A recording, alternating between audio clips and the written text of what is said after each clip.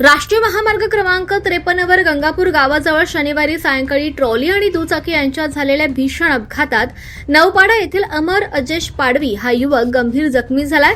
अपघाताची तीव्रता इतकी भयंकर होती की ट्रॉलीने दुचाकीसह युवकाला तब्बल 25 ते 30 फूट अंतरापर्यंत फरफटत नेल्यानं परिसरात एकच खळबळ उडाली आहे।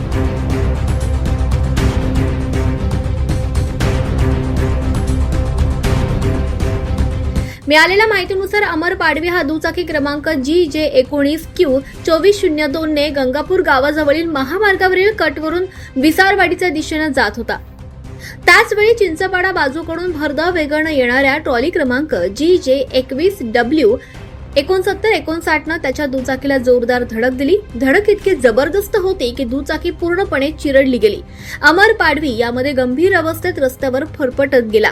अपघातानंतर घटनास्थळी नागरिकांनी मोठी गर्दी केली। काही क्षणासाठी महामार्गावरील वाहतूकही विस्कळीत झाली होती। स्थानिकांनी तातडीने मदतीसाठी धाव घेत जखमी युवकाला रस्त्याच्या कडेला सुरक्षित नेलं।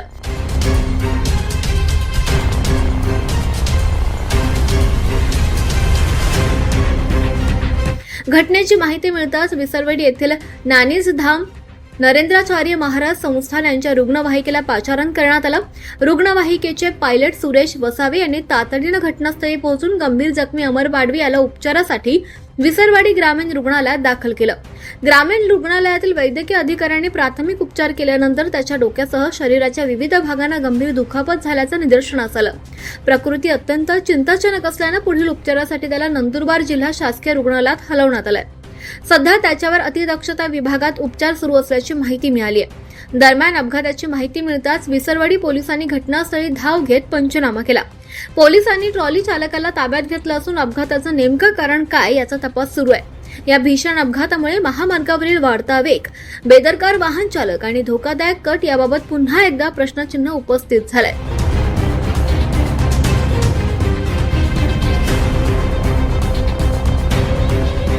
24 लाईव्ह महाराष्ट्र न्यूज साठी समीर पठाण, नवापूर, विसरवाडी।